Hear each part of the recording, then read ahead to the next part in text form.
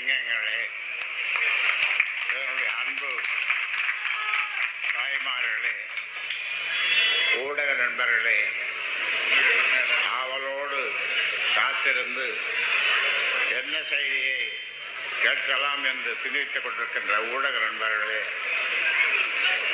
உங்கள் அனைவருக்கும் என்னுடைய வணக்கத்தை தெரிவித்துக் கொள்கிறேன்.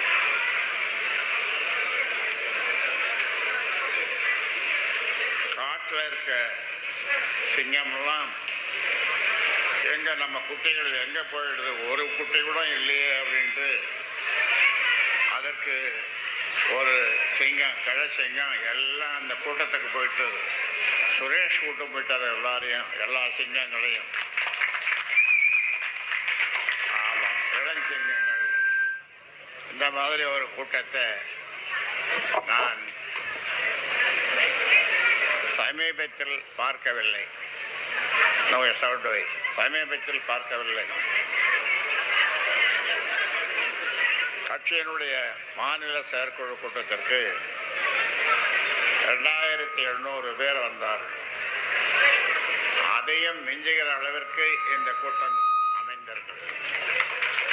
அந்த வகையில் மாவட்ட செயலாளரை நான் இந்த நேரத்தில் பாராட்டுகின்றேன். இந்த என்எல்சி சம்பந்தமாக நிலம் கொடுத்து பாதிக்கப்பட்ட மக்களுக்கு ஆதரவாக எத்தனை போராட்டங்கள் செய்யப்பட்டிருக்கிறது. ஆனாலும் என்எல்சி நிர்வாகம் செவி சாய்க்கவில்லை, காது கொடுத்து கேட்கவில்லை. அதனாலே எங்களுடைய போராட்டம் நின்று விடவில்லை, அது தொடரும், நீதி கிடைக்கும் வரை தொடரும் என்று இந்த நேரத்தில் உங்களுக்கு சொல்ல கடமைப்பட்டிருக்கிறேன். அடுத்தது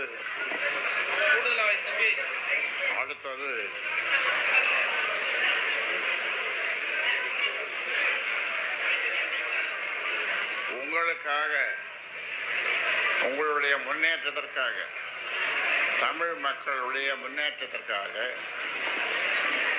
வன்னியர்களுடைய முன்னேற்றத்திற்காக, இந்த ஊமை ஜனங்களுடைய முன்னேற்றத்திற்காக இந்தியாவிலேயே மிகப்பெரிய ஒரு மருத்துவக் கல்லூரி, சென்னை மருத்துவக் கல்லூரி, மெட்ராஸ் மெடிக்கல் காலேஜ். அந்த கல்லூரியில் வெள்ளக்காரங்காலத்தில் ஆரம்பித்தது. அந்த கல்லூரியிலே படித்துவிட்டு நான் தொழில் செய்தேன். அரசாங்கத்தை டாக்டராக 3 ஆண்டுகள், அதன் பிறகு தனியாராக தொடர்ந்து செய்தேன். ஆனால் இந்த மக்களுடைய வாழ்நிலையை பார்த்தபோது அதையெல்லாம் ஸ்டெத்தோஸ்கோப்பை தூக்கி போட்டுவிட்டு இந்த மக்களுக்காக 5 நாள் மக்களை வைத்தியம் பார்ப்பேன். அந்த பணத்தை எடுத்துக்கொண்டு 2 நாள் ஊராக போவேன். எனக்கு மதியான சாப்பாடு 5 மணிக்கு போடுவாங்க, ராத்திரி சாப்பாடு அதிகாலை 3 மணிக்கு போடுவாங்க. ஊராக சுற்றினேன், தெருவாக போனேன். அப்படி விளக்கில்லாமல் போனேன், பஸ்ஸில் இடம் இல்லாமல் நின்று கொண்டே போனேன். கல்லும் முள்ளும் காலுக்கு மெத்த என்று சொல்வார்களே, நம்முடைய ஐயப்பன் கோயிலுக்கு போகிறவர், அதுபோன்று 96,000 கிராமங்களுக்கு என்னுடைய கால்கள் பயணித்திருக்கிறது. 96,000. இதெல்லாம் யாருக்காக? உங்களுக்காக, இந்த மக்களுக்காக, ஒடுக்கப்பட்ட மக்களுக்காக, ஊமை ஜனங்களுக்காக, வாழ்விழந்த மக்களுக்காக, ஏமாற்றப்பட்ட மக்களுக்காக, வஞ்சிக்கப்பட்ட மக்களுக்காக, உங்களுக்காக இவ்வளவும் நான் போராடி 46 ஆண்டு காலமாக உங்களுக்காக நான் போராடி வந்திருக்கிறேன்.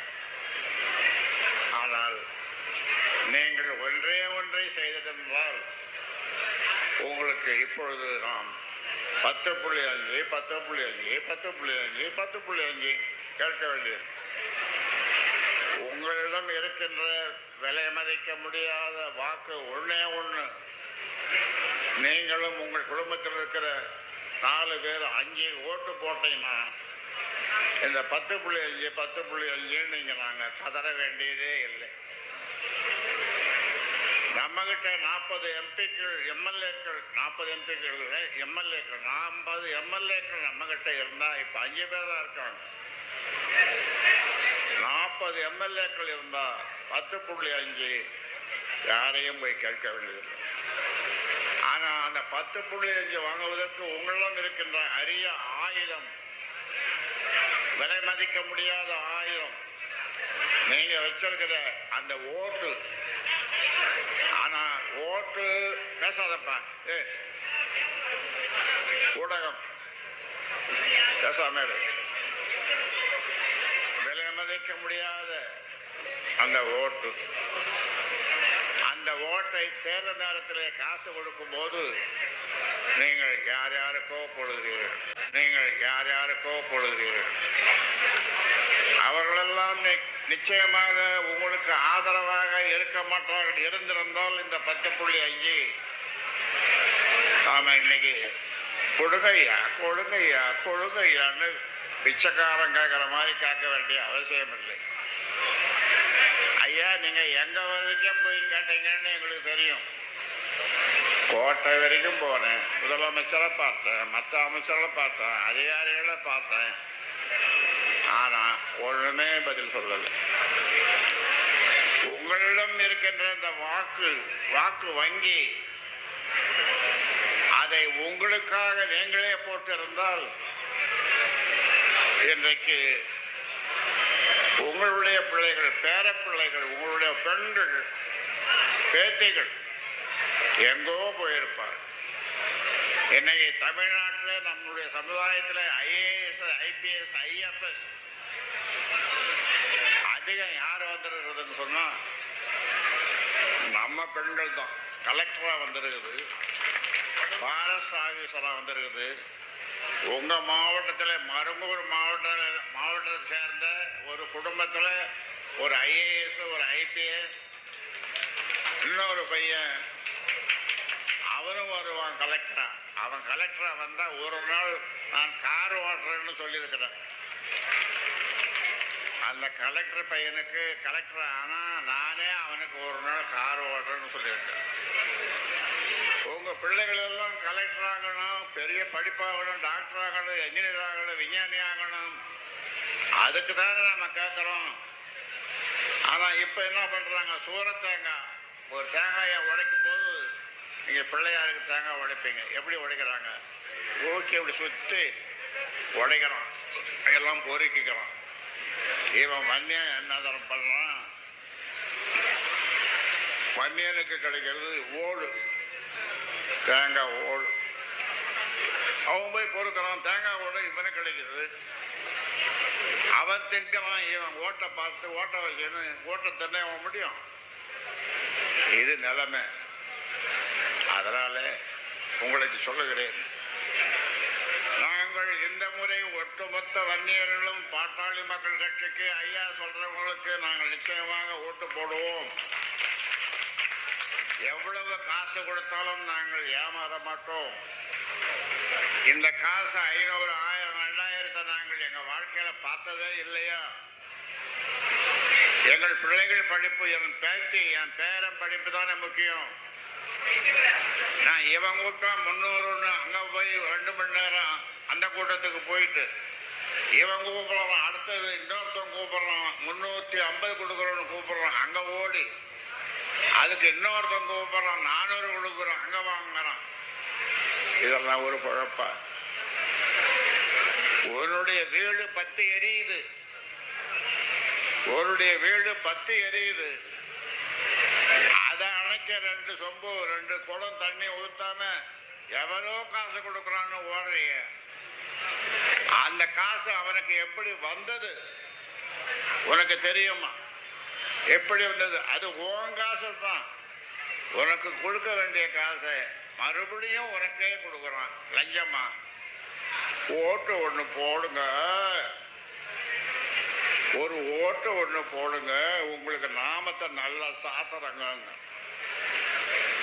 ஓட்டு போட்டீங்கன்னா நாமம் சாத்துவோம். பட்டை நாமம், சாதாரண நாமம் இல்லை, பட்டையா நெத்தியில போடுவோம், மாலை போடுவோம், பின்னால போடுவோம். என் பேச்ச ஏன் கேட்கல இவ்வளவு நாளா? நான் என்ன குற்றம் செய்தேன்? டாக்டர் தொழிலை விட்டுட்டு உங்களுக்காக இவ்வளவு கஷ்டப்பட்ட 46 வருஷமா 96,000 கிராமங்கள், 96,000 கிராமங்கள்ல என் கால்கள் பட்டு. சபரிமலைக்கு போகும்போது சொல்லுவாங்க, கல்லும் முள்ளும் காலுக்கு மெத்தை. ஐயப்போ, 96,000 கிராமங்களுக்கு சென்று உங்களுக்காக போராடிய நான் இன்று இன்னும் இந்த முதுபெருங்குன்றத்திலே விருத்தாச்சலத்திலே உங்களுக்காக வாதாடி கொண்டிருக்கிறேன், பேசிக் கொண்டிருக்கிறேன். நம்மிடம் 40 சட்டமன்ற உறுப்பினர்கள் இருந்தால், 5 நாடாளுமன்ற உறுப்பினர்கள் இருந்தால், இந்த என்எல்சிக்காரன் எப்படி பயப்படுவான்? ஐயோ ஐயோ, பாட்டாளி மக்கள் கட்சியா வரான், கொடுத்துடு, இன்னும் 10 சேர்த்து கொடுத்துருவோம். இப்போ அங்க போய் எவ்வளவு கூச்சல் போட்டும் ஒண்ணுமே நடக்கல. உங்களிடம் இருக்கிற அந்த ஆயுதம், ஓட்டு என்ற அந்த ஆயுதத்தை நீங்கள் ஏன் சரியாக பயன்படுத்த மாட்டீர்கள்? இவ்வளவு உழைச்சோம், இவ்வளவு கஷ்டப்பட்டோம். 46 வருஷம், 96,000 கிராமங்கள். இரவு பகல காலையில கூழ் குடிச்சிட்டு எங்கேயாவது ஒரு பம்பு செட்ல தண்ணி இறைக்கும், அதுல போய் அந்த கூழை கரைச்சி குடிச்சிட்டு என்னுடைய பயணத்தை மேற்கொள்வேன். மதியான சாப்பாட்டை 5 மணிக்கு போடுவோம். 5 மணி சாப்பாட்டை அதிகாலை 3 மணிக்கு கோழி கூவுத அந்த நேரத்தில் போடுவோம். அவ்வளவு பசி. உங்களுக்காக பசியை அடக்கிக் கொண்டேன், உங்களுக்காக இவ்வளவு செய்தேன். இதையெல்லாம் விட்டு யார் எக்கேடு கட்டு போறோம்? என்ன, நாம வாழ்வோம், நாம பிழைப்போம், நாம டாக்டர் தொழில் செய்து வாரி கொட்டுவோம். எவன்னா எப்படியாவது போய் போறான், இந்த ஜாதி உருப்படாது அப்படின்னு சொல்லிட்டு நான் வீட்டில் இருந்திருக்கோம் இல்லையா? இருந்தேனா இல்லையே? அப்ப நீங்க எனக்கு ஆதரவாக நீங்கள் ஒரே ஒரு ஓட்டை போட்டிருக்கலாம் இல்லையா? அந்த 2000 உங்களுக்கு கொடுக்குறோம், 1000 2000 அது ஒரு தரம் கொடுக்குறோம், மறுபடியும் தான் வரான், பொய் பை நிறைய பொய்ய சொல்லி பொன்னான வாக்குகளை, உங்க பொன்னான வாக்குகளை எங்களுக்கு போடுங்கள். இனி இது நடக்கக்கூடாது. ஏன் இவ்வளவு பெரிய கூட்டத்தை கஷ்டப்பட்டு சுரேஷ் கூட்டியிருக்கிறார்? நமக்கெல்லாம் மான உணர்ச்சி அதிகம். அந்த மான உணர்வை இந்த தேர்தலிலே, வரும் தேர்தலிலே நாம் காட்ட வேண்டும். நம்மிடம் பணம் இல்லை உங்களுக்கு கொடுப்பதற்கு. எல்லா பணமும் ஆண்டவர்கள்கிட்டே போயிடுது. ஆண்டவர்கள் பெருமாள் நினைச்சீங்களா? பெருமாள் இல்லை, ஆட்சி பண்றாங்க.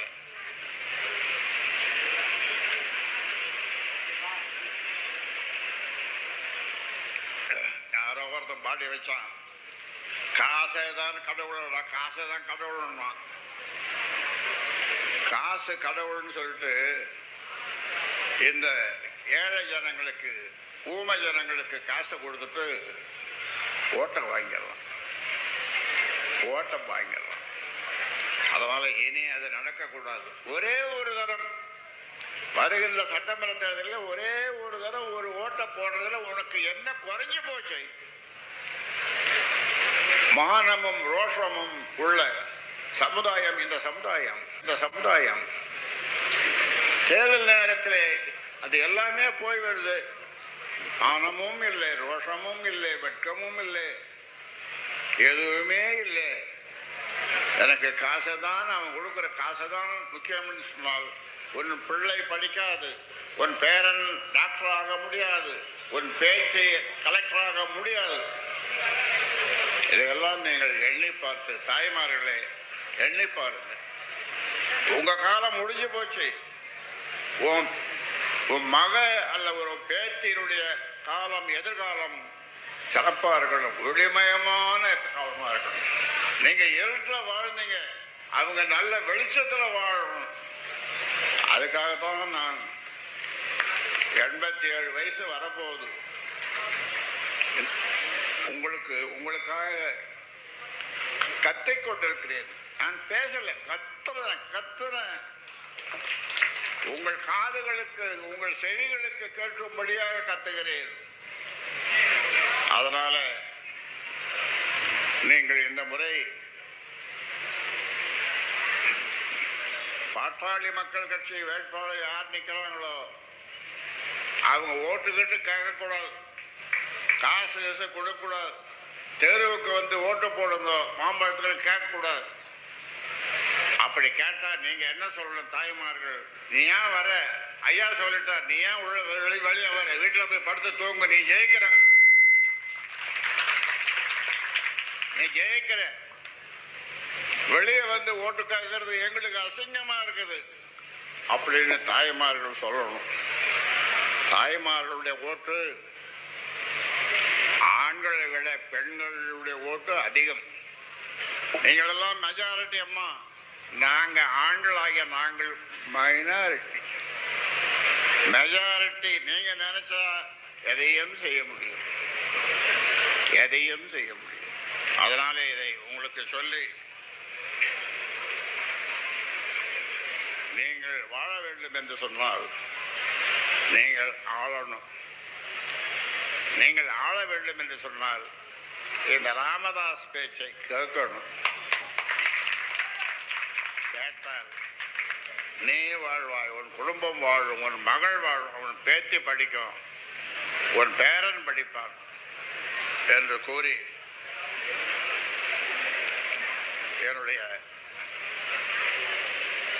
இந்த சுருக்கமான பேச்சை முடித்துக் கொள்கிறேன். அதே நேரத்தில் சுரேஷை பாராட்ட வார்த்தைகளே இல்லை. இன்னொரு முறை அவருக்கு ஆதரவாக அவர் வாழ்க என்று கைதட்டுங்கள். இன்னொரு முறை கைதட்டுங்கள்.